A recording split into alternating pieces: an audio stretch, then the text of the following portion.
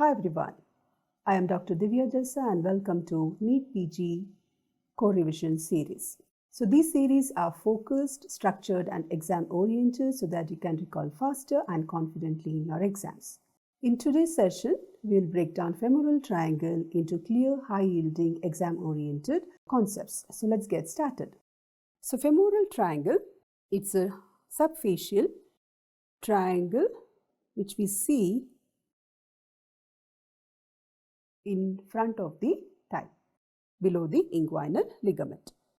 So this triangle, this femoral triangle appears as a triangular depression when the thigh is flexed, abducted and laterally rotated.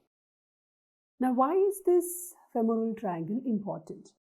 It is clinically important because it is the site of femoral hernia, psoas abscess. Then there are deep inguinal lymph nodes there, and for the femoral artery vessels, femoral vessels are there, femoral artery as well as femoral vein. So because of all these things, this femoral triangle anatomy is very important. So this is the femoral triangle. Now this femoral triangle here, we can see the apex is directed downwards with the base upwards, which is formed by the inguinal ligament. Now let's see the boundaries in detail. So here you can see the inguinal, so since it is a triangle, it will have a base. So this is the base which is formed by the inguinal ligament. Then the medial border as well as the lateral border. So if you see, this is the triangle here. So the medial border here, mind you, just the medial border when we say is formed by the medial border of, okay. So why is it medial border? I will tell you. So the medial border of adductor longus muscle. Adductor longus muscle. Now why medial border? So if you closely observe this muscle here, you can see how the muscle is placed. The muscle is slightly oblique. So this muscle adductor longus, it not only forms the border, it also forms the floor. Okay, it's because of its oblique arrangement there. So that is why we consider the medial border forming, medial border of adductor longus forming the medial border of the femoral triangle. The lateral border here is formed by the medial border of, this is the lateral border. So lateral border is formed by the medial border of sartorius muscle. Sartorius muscle. So this is the longest muscle. It is called the Taylor's muscle. And here where these two borders meet, the medial and the lateral border will form the apex of the triangle. So these are the boundaries. Now let's see the structures which form the floor of the triangle. So the floor of the triangle, when we say either from lateral to medial side, we need to know the muscles. So let's take from lateral to medial. So from lateral to medial, when we see, we have the iliacus muscle. Then we have the psoas major, which together we call it as iliopsoas muscle, okay, because they have a common psoas muscle. They have a common insertion into the lesser trochanter of the femur. Then we have the pectineus.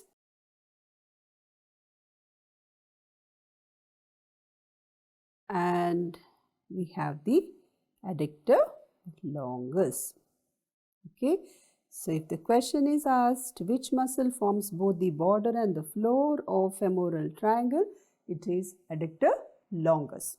The roof is formed by the skin, the superficial fascia and the deep fascia, which we call it as the fascia lata. Okay, so this is the superficial fascia.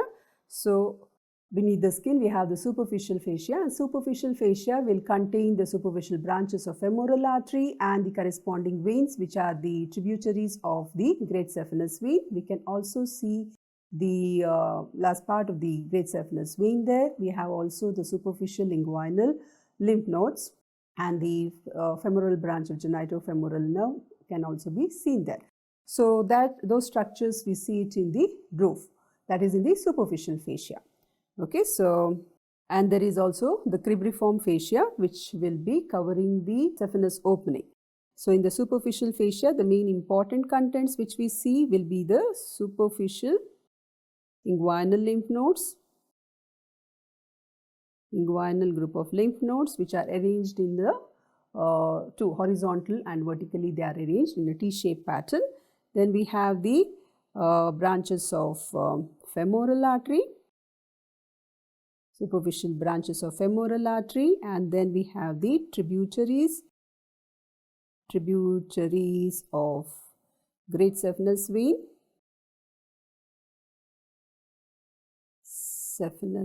vein, and we can also see the upper part of great saphenous vein, upper part of where we can see here, this is the upper part of great saphenous vein, which will pierce the 𝗕𝗵𝗵𝗂 fascia and open into the saphenous opening to join the femoral vein. So these are some of the important contents which we see in the superficial fascia. The deep fascia of the thigh, we call it as the fascia lata. So this fascia, it forms the lower content from above downwards. When we say it forms the lower content in the lower layer, basically forming the roof. So here we see an important opening here. Okay, so this opening we call it as the saphenous opening. So through this saphenous opening, so here you can see this is the great saphenous vein. This is the great saphenous vein, which will pierce the 𝗕𝗵𝗵𝗂 fascia and open, okay, pass through the saphenous opening and join the femoral vein. It's a tributary of the femoral vein. Then coming to the contents of the femoral triangle. So the femoral triangle contents, so when we see here, most medially we will see the lymph nodes. So these are the deep inguinal lymph nodes.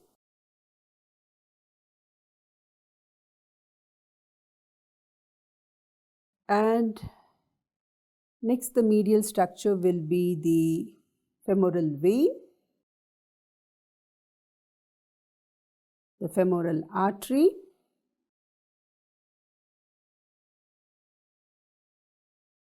and the femoral nerve. This is the femoral nerve. So these are the main contents. In addition to this, we also see the femoral branch of genitofemoral nerve, femoral branch of genitofemoral nerve, and fibrofatty tissue, and on the lateralmost aspect here we will also see the lateral cutaneous nerve of thigh.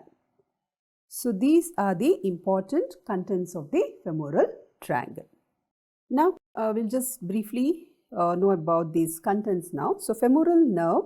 So femoral nerve, it runs for about 2.5 centimeters below the inguinal ligament here, and it divides into its two divisions, that is the anterior and posterior divisions. So this femoral nerve is very short in the, so just about 2.5 centimeters. Okay, just lateral to the mid-inguinal point, it runs for about 2.5 centimeters, dividing into anterior and posterior divisions. And here if you see the femoral nerve, it lies outside. Now here this is the femoral sheath. You can see this is the femoral sheath. The femoral nerve will be lying outside the femoral sheath. And that is mainly because the femoral nerve is formed by the lumbar plexus, which is slightly higher than the posterior wall of the femoral sheath, which is formed by the fascia iliaca. Okay, so that is why it will be outside. Then we will see the sheath and the contents. So the femoral sheath, when we see here, it is a funnel shaped. Okay, it is funnel shaped fascial sheath, and it encloses upper 3.75 centimeters of the femoral vessels. Okay, so the base of the sheath is directed upwards here towards the abdominal cavity, whereas the apex merges with the tunica adventitia of the femoral vessels. It merges down there. So it is a little indistinct here in the lower part. Now this femoral sheath here, so you can see this is the femoral sheath here.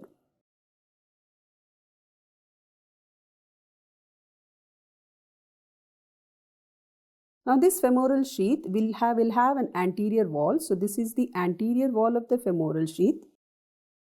Okay, so this is the anterior wall of femoral sheath, and here we have the posterior wall. So this will be the posterior wall. So this femoral sheath, if you see here, it is not symmetrical. Okay, it is asymmetrical. So the lateral wall is vertical, whereas here the lateral wall will be vertical, whereas the medial wall is oblique. Okay, it is directed downwards and laterally. This is the medial wall will be directed downwards and laterally, whereas the lateral wall is vertical. So this femoral sheath is asymmetrical. Now let's see how it is formed. The femoral sheath, I said it has an anterior wall and posterior wall. So the anterior wall here, this is the anterior wall. It is formed by the fascia transversalis. Anterior wall is formed by the downward prolongation of fascia transversalis. So you can see here the different layers of the abdominal wall. So this is the fascia transversalis, and it prolongs downwards as the anterior wall of the femoral sheath. Whereas the posterior wall here, it is formed by the downward prolongation of the fascia iliaca, which will cover the iliacus muscle. Fascia iliaca. Okay, so they form the anterior and posterior wall. So the femoral sheath is divided into 3 compartments by the anteroposterior septums here. These are the anteroposterior septums. It divides it into medial compartment, the intermediate,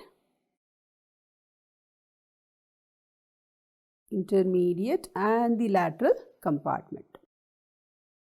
So these are the 3 compartments. So the medial compartment here, it is relatively empty here, okay, and it is known as the femoral canal. So this is the femoral canal. It contains largest lymph node here, okay, the deep inguinal lymph node, which we call it as the 𝗥𝗄𝗄𝗧 lymph node, okay, 𝗥𝗄𝗄𝗧 lymph node, and some fibrofatty tissue is present there in the medial compartment. The intermediate compartment contains the femoral vein. Okay, this is the femoral vein. Whereas the lateral compartment will have the femoral artery and the femoral branch of genitofemoral nerve. Genitofemoral nerve. So these form the content. So as you can notice, the femoral nerve is outside the femoral sheath, and that is because it is formed higher, and so it passes behind the posterior wall, which is formed by the fascia iliaca, since it is formed higher by the lumbar plexus. Okay, so that is why the femoral nerve is outside. Then the medial most compartment, I told you it is called femoral canal. So just we will see some basic things about the femoral canal, because it is an important site for femoral hernia. So this femoral canal is a short fascial tube. So you can see here, this is the femoral canal. So it is a short fascial tube which forms the medial compartment. Okay. So this width of it from above downwards, it slowly decreases. The width of it rapidly, it diminishes from above downwards as we go, and it is closed inferiorly by the fusion of its walls. Okay, inferiorly it will be closed. So the upper end, okay, so this will be the upper end of this femoral canal which opens into the abdominal cavity. Okay, this upper end, we call it as this will be the femoral ring. Okay, so there is the femoral ring which will be guarding this femoral canal. So here we also find the 𝗘𝗘𝗧 lymph node. Now coming to the boundaries of the femoral canal here, when we see anteriorly here, so this is the anterior part. Anteriorly we will have the inguinal ligament. Inguinal ligament. Medially here we will have the sharp edge of basically the lacunar ligament. Okay, so lacunar ligament will form the medial. And posteriorly here, okay, so posteriorly in this part we will have the pecten pubis, and laterally here we will have the femoral vein. So the lateral boundary is formed by the femoral vein. Okay, so inguinal ligament forms the anterior, this lacunar ligament forms the medial boundary, pecten pubis forms the posterior, and femoral vein forms the lateral boundary. So now let's see some of the clinical aspects of femoral triangle. So in femoral triangle, the psoas abscess. Now psoas muscle forms the floor of the femoral triangle, right? So it is inserted. So if you see here, it is inserted to the lesser trochanter of the femur along with the iliacus muscle as a common tendon. They get inserted there. Now why do we see psoas abscess in the femoral triangle? Now see the psoas, basically there is these tuberculosis of the lumbar vertebrae here you can see. Okay, so because the psoas muscle has the origin from the lumbar vertebrae and the transverse process of the lumbar vertebrae there. So when it has the origin from there, it is covered by its fascia. So this is the psoas fascia. So the fascia covers the muscle, and as the muscle comes down and gets inserted into the greater trochanter here, if there is this tuberculous infection of the vertebrae and that leads to abscess in untreated conditions, that abscess due to gravity can trickle along. Okay, so it can trickle along and it can get collected here. Okay, so this is the psoas abscess. So this psoas abscess is commonly, we can see the swelling. It appears like a groin swelling. Just in the femoral triangle there will be a swelling just below the inguinal ligament, and that is, and when we take the history and see every investigations, we can come to know that it is the psoas abscess. Then we have in the femoral triangle, we have one more condition which we call it as neuralgia paresthetica. It is due to compression of one of the contents, that is the cutaneous nerve. So lateral most, I told you, there is this lateral cutaneous nerve of thigh. Okay, so this lateral cutaneous nerve of thigh, you can see here, it gets compressed below the inguinal ligament sometimes. And because of that, along its distribution, okay, over the lateral aspect of the thigh, okay, in the front as well as on the lateral side, there will be tingling sensations, tingling sensations and pain. Okay, so that is known as neuralgia paresthetica. So when the nerve is released, it is resolved. Then we have femoral hernia. So femoral hernia is basically the protrusion of abdominal contents, okay, through, now here you can see. So there is two here. Now this is the inguinal hernia which is coming through the inguinal canal. okay, whereas here is the femoral hernia. Now these two hernias are very common hernias which we see in the groin region. Inguinal hernias are more common in males, whereas the femoral hernias are more common in females because of the wider pelvis.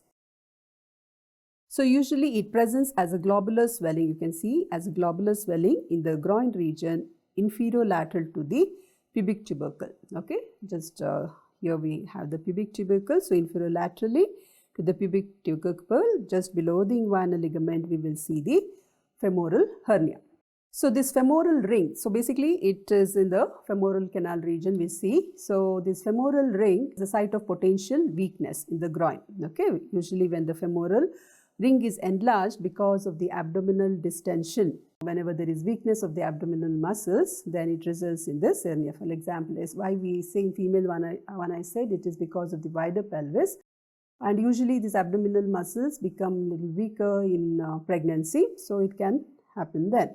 So the course of this hernial sac, if you see, it is very typical. Okay, so this is very important. So it passes downwards first. It passes downwards through the femoral canal.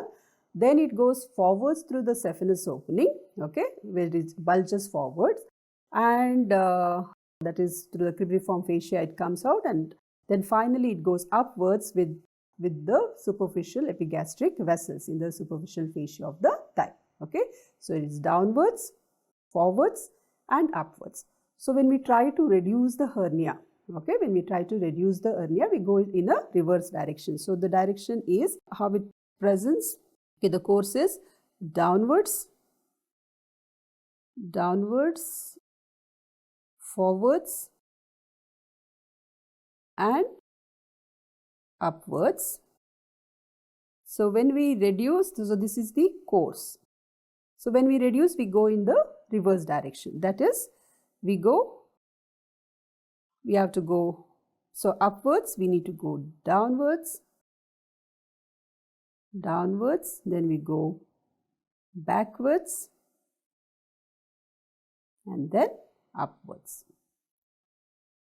So the coverings of the femoral hernia from outer to inner, when we see, we have the skin, then the superficial fascia, the cribriform fascia, then the fatty contents in the femoral canal, the femoral septum, as well as the peritoneal. Peritoneum will be the coverings of this femoral hernia. So let's solve some questions. A structure lying most medial inside the femoral sheath is labeled X. So which one is it? Okay, so this structure lying, okay, they have said. So most medial within the femoral sheath, among the contents what they give is the femoral canal. So the most medial is the femoral canal. So within this we also see the Kārpēk's lymph node. So if it was there, we could have chosen that. But here among the contents, femoral canal, among the choices, the femoral canal seems to be the most appropriate. Next question, the medial compartment is clinically important because contains artery, contains nerve, it is site of femoral hernia, contains profunda femoris vessel. No. So it is the site of femoral hernia. Identify the correct lateral to medial arrangement of muscles forming the floor. So lateral to medial, what was the arrangement? Iliopsoas. Okay, iliopsoas muscle. Then we had pectineus and then we had the adductor longus. So where is that choice? Iliopsoas, pectineus, adductor longus. So B is the correct choice. The next question, the superficial vein seen piercing the fascia lata in femoral triangle. Okay, so which is the superficial vein? It is the great saphenous vein. So B is the right answer. So this is the wrap up of femoral triangle. I hope you are now familiar with the anatomy of femoral triangle. So be consistent with the series. As you know, consistency is the key. So I'll see you in the next session.